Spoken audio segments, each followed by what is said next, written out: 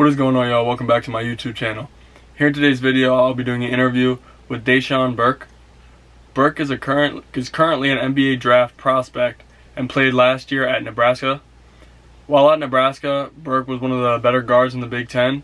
And prior to Nebraska, Burke actually played 2 years at Robert Morris in the Northeast Conference. Following this past season, Burke announced that he would be grad transferring to South Alabama. Recently, he announced he would be signing an agent and staying in the NBA draft. In this interview, I'll be talking with Burke a little bit about his decision to go to the NBA draft, his college career, and much more. Here's the interview. Good. How you and the family doing? Doing great. How about you? They doing good, maintaining really just, trying to stay out the way, stay safe, and stay healthy. Yeah, how's everything been going for you the past couple of months with everything going on? Honestly, just been working out, just on all aspects of my game, and, just trying to stay safe, everything that's going on around the world as well. So that's really all. So I'm going to ask you about 10 or 11 questions, and then I'm going to see if anybody in the comments has any questions or anything. All right, no problem. All right, so this past season at Nebraska, you averaged 12.2 points, 3.4 rebounds, and 1.4 steals per game. And the season you guys struggled a little bit. So take me through what that season was like for you. The season for me really was just a learning. I would say it was the best roller coaster of my life, the losses, I learned from the wins, I learned from. But in those losses, you go back, you watch film. It's just, those extra plays, extra possessions, extra details, being, over communicating as well, So just going back and just learning that, it's not really a lot on the court, it's a lot off the court, you got to just, do a little bit more extra as a team and as an individual. So that's just really what I got, from this season as well. I got the good and, that's really all. So now, before that, you played in the Northeast Conference with Robert Morris. So what was the difference like for you going from the Northeast Conference to Power 5 in the Big Ten? IQ and the physicality, when you play, at all levels of college is good. If it's D3, D2, D1, it's a blessing to, put on a jersey and play and, and obtain the scholarship as well. But for me, it was really just I'll say the physical part, the physicality real different. It's the top 5 conference in the country, the physicality, IQ, guys, everybody can jump fast, everybody can move fast. So it's kind of like, the game is kind of fast and slow and fast. So that's the huge difference. Right. So now you announced you'd be grad transferring to South Alabama following the season, but then decided to hire an agent and stay in the NBA draft. So take me through what that decision was like for you. Really, for me, it was I graduate in July. So, it's a blessing to graduate, born and raised in Orange, New Jersey, and graduate from the University of Nebraska. That's a blessing, number one. And then, as well, I have an extra year of school. But for me, it was just, I graduated. And, I think it was just my best time for me to just, announce that I want to be a professional basketball player as well. So now what has the training been like for you? And how has it been affected in any way with everything going on with the pandemic right now? So the first month, was a little rocky, as things kind of cooled down, I was in New Jersey at first, New Jersey, still in my prayers, and safety as well to New Jersey. But the state I'm in now, it's a blessing. It's not as, too much going on over here. I'm kind of out the way. So the gym has been great. I just been working on all parts of my game, like I said before, whether it's my diet, watching film, running, cardio, getting shots up, just everything, all aspects of my game. So now in the Big Ten, there was ton of tough guys this year that you were guarded by, and you also had to guard a lot of tough guys. So who do you think was the toughest player in the Big Ten for you to guard, and who would you say was the toughest guy who had guarded you?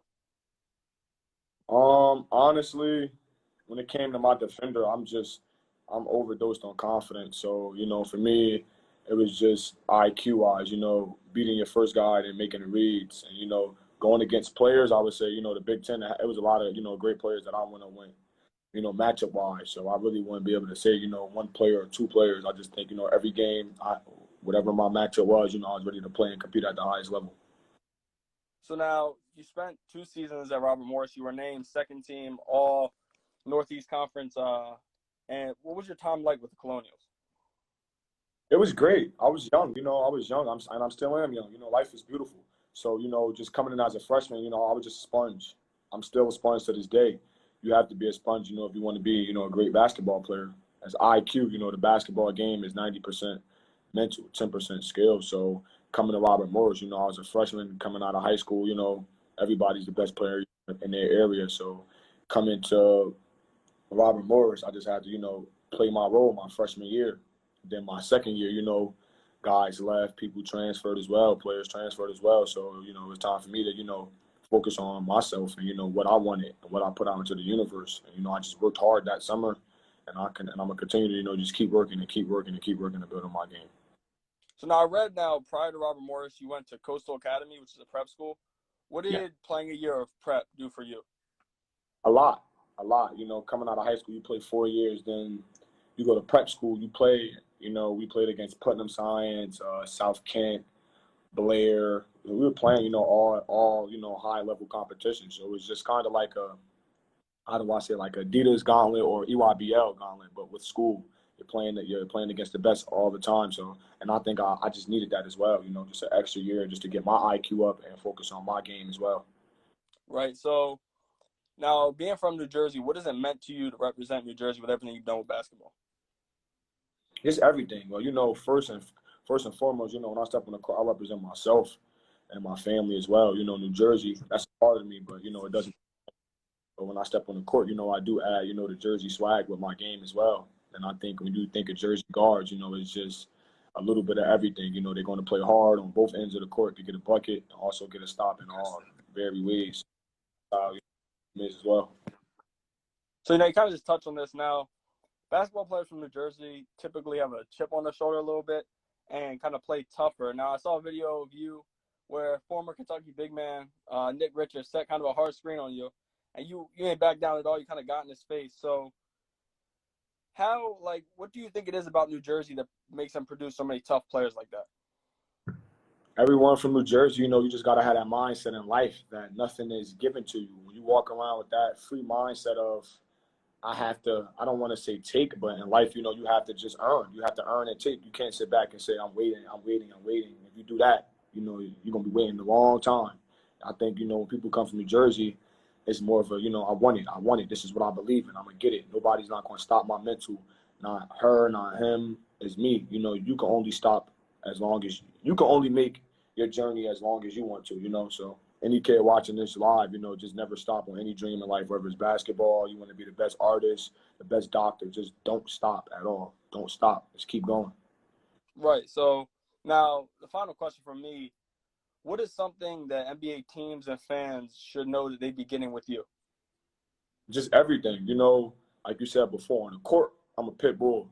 Off the court, I'm the coolest, I'm just low maintenance, stand out the way. I'm a fan, at Nebraska, fan favorite. I love the fans before the games. Hey, how you doing? Anything to put a smile on somebody's face, you could change someone's day by just talking to them, having a conversation, getting in their mental and them getting into your mental as well. A lot of people don't take the time to do that because, we all live in our own daily lives. But for me, that's what I would bring to a team as well, with my energy as well, pertaining to that, on the defensive end and the offensive end. All right, so now let's see. If anybody watching this right now has a question, drop it in the comments. I saw one earlier. Now, have you been hearing from any teams where they may think that you may go in the draft?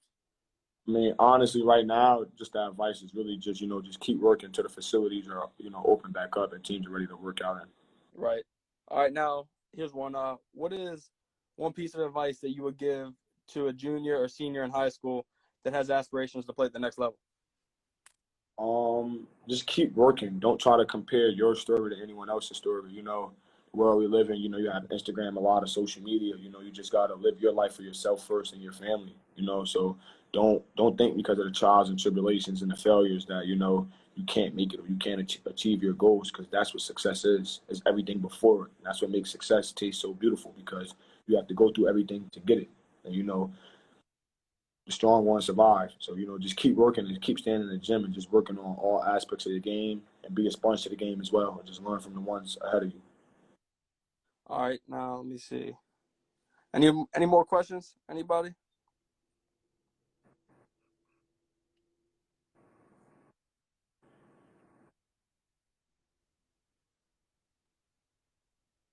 All right, here's one. You spoke about being overloaded with confidence. What motivates you to be confident on the court? My work ethic. I'm in the gym, all the time. So shots I'm taking, I'm confident with. Like I don't want to say it's such thing as a bad shot, but it is. But if you're working on it, we live in a day now where you have the James Harden, Trae Young, and the list goes on and on. So it's not really no such thing as an impossible shot. You got guys shooting 35 footers, deep. So it's just what you work on. Don't be afraid to use those tools when you get on the court, whether you're in the practicing with your team, and then in the game come. What you practice, you have to do. You can't just practice it, and then when the game comes, you don't do it. You can't be scared. You gotta, shoot your shot and believe in it. That every time you shoot or every time you make a move, it's your best move, it's your best shot. Yeah, I think also with that, I think that also helps with a coach having confidence in you. Now, here's a good question. Now, what is the most important characteristic that you really appreciate in a coach? Say that. You said what? Say that one more time. What is the most important characteristic that you really appreciate in a coach? Honesty. Just being honest. Whether it was a bad shot, get back on defense. Just honest. That's all. That's really when it comes to me. Just honesty and respect. Because when you get older, you go through high school, you go through college, and then you want to become a pro. And throughout that whole time, you're transitioning as well from a boy to a young man to a man. So you got to always remember that as well. So now I'm going to get a question off of that. So now you played for two different coaches in college. What was it like switching from one coach where you were at and then going to Nebraska and switching to another coach? It was good. It's different relationships everywhere you go in life. Not every coach is going to be the same. So, Andy Toole, he was from the East Coast, so he knew more, the East Coast kind of vibe, It was different. He played his thing was more gritty, bloody nose, hard nose, pit bull kind of. Robert Morris, that's them. From before I got there, that was them when they beat Kentucky, St. John's. That's been them already. So when I came in there, it was like perfect. Then coming to Nebraska, I got recruited by Coach Tim Miles. Mizzy, we're still good friends to this day. Unfortunately, he wasn't the coach here anymore, and Coach Fred Hoiberg came in, and it was different. NBA coach, he came in with the the NBA mindset, and I had to acknowledge and hear everything because he came from the NBA. He's been there from all aspects, so it was kind of like just learning. I would say Coach Hoiberg was more in between. He wasn't too much up, too much down. He was just like right in between. So it was kind of it was a different culture. It was a different culture in the coaching, like I say, but I feel like I adapted well. He's he's an NBA coach. He coached it ones that were been there before and ones that are worked hard to get there. So just playing for him was good. It helped my IQ, my footwork on my 3-point ball. So just all aspects of my game, I'll say. So now another question is, so with everything going on right now, the speculation of them pushing the draft back, have any NBA teams really told you anything about when they think the draft may be? Honestly, as of right now, I'm just working and just waiting, till the facilities open up. And then from there, we go from there.